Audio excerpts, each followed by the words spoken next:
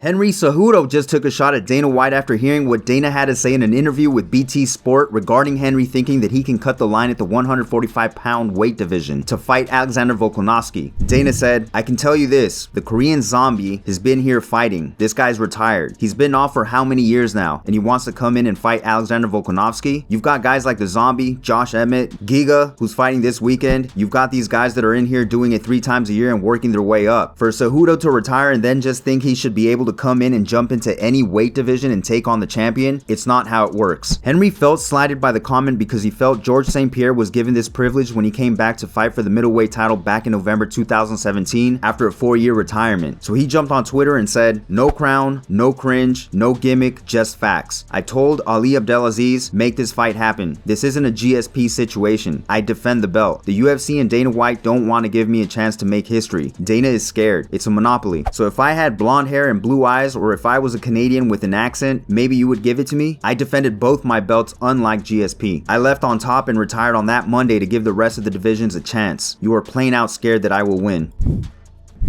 As you may have heard, Conor McGregor's bar, the Black Forge, was hit by Molotov cocktails on Wednesday. Cops also found 2 pipe bombs just outside the bar, and there's currently an investigation taking place for what they're calling an incident of attempted criminal damage, as no damage was caused. McGregor seemed to be completely unfazed by the event and quickly posted on social media saying, "Happy Thirsty Thursday everyone out there. Enjoy yourselves because life is a bitch and then you die. You never know when you're gonna go. RIP all our soaring souls. They are still right here among us. Spirits remain."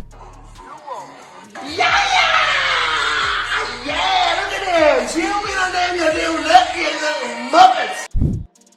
Khamzat Chimaev's notoriety continues to grow as another notable fighter and Anthony Smith vouched for him with some stories he's heard of him ragdolling Ilir, Latifi, and Alexander Gustaffson in Sweden. He said, "Other people said it first, so now I can say it out loud. I've heard the stories of Chimaev for years, like a couple years before he was even in the UFC. I remember hearing his name, some young kid that's ragdolling Ilir, Latifi, and Gustaffson down in Sweden. Even when he finally made it to the UFC, beat a couple guys and looked really good. I kept that to myself until other people had told that story like, hey man, I've been hearing the stories about this kid beating the shit out of those guys for a long time."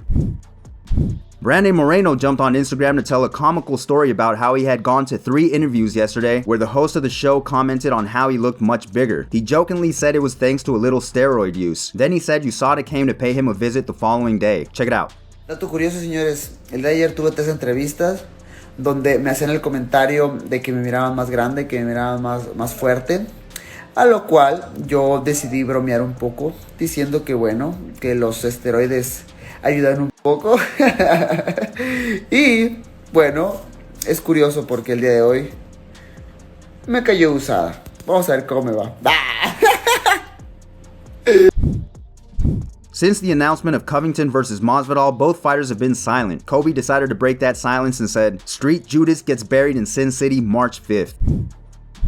Dana White was interviewed by TSN recently and asked why they chose the Korean zombie as Max Holloway's replacement to fight Alexander Volkanovski at UFC 272 instead of waiting for the winner of Giga, Chicadze, and Calvin Kattar. He said it was mainly due to not being sure whether either fighter would come out of that fight healthy and that it would be risky banking on that. Here's what he had to say. "I would love to wait for Giga and see how that thing plays out, but you know, is he going to win? Is he going to come out unscathed? Is he going to be healthy enough? Can he turn around quick enough?" It's just, listen, Korean zombie just want to fight. He's the number 4th ranked guy in the world. He deserves it.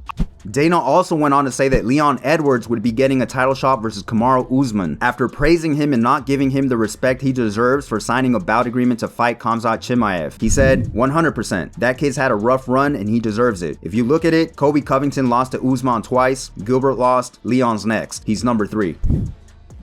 And finally, Francis Ngannou is still in contract disputes with the UFC and said in a recent interview with ESPN that after the fight with Cyril Gane, he would be fulfilling his UFC contract, but that a champion's clause could delay his next move. That clause could be in reference to what Dana White mentioned in a previous interview that all champions have to defend their belt once before leaving as champion, but even Ngannou wasn't 100% on what it stipulated. Ngannou said, "No, I will not fight for $500,000, $600,000 anymore. I mean, it's over. It's over. I just did this. I took this fight for a person personal reason, and I want to make sure that regardless, even if it's unfair, I have been wrongly treated. I can make my case to say I have completed the 8 fights, but no, the UFC contract is very tricky. That's why you sign a 40-month contract and you find yourself after 4 years still dealing with that, even though you have been active. He went on to say that this new contract would have to include the option to box, and talked about his ongoing talks with Tyson Fury for a possible heavyweight fight in boxing, and him preferring for the UFC to be involved. He said, "We've been having this discussion for over 1 year, and it seems like they were okay with it. When the UFC is involved, it's just gonna make it bigger. So yes, if I want to box, I would like the UFC to be involved." Jake Paul got word of the interview and said, "Give this man what he wants, Dana. Such a f***ed up company to be a part of. I got something coming soon." As always, guys, if you liked the video, make sure to hit that like button for me. If you're new, subscribe and hit that notification bell to stay up to date. Thanks for watching.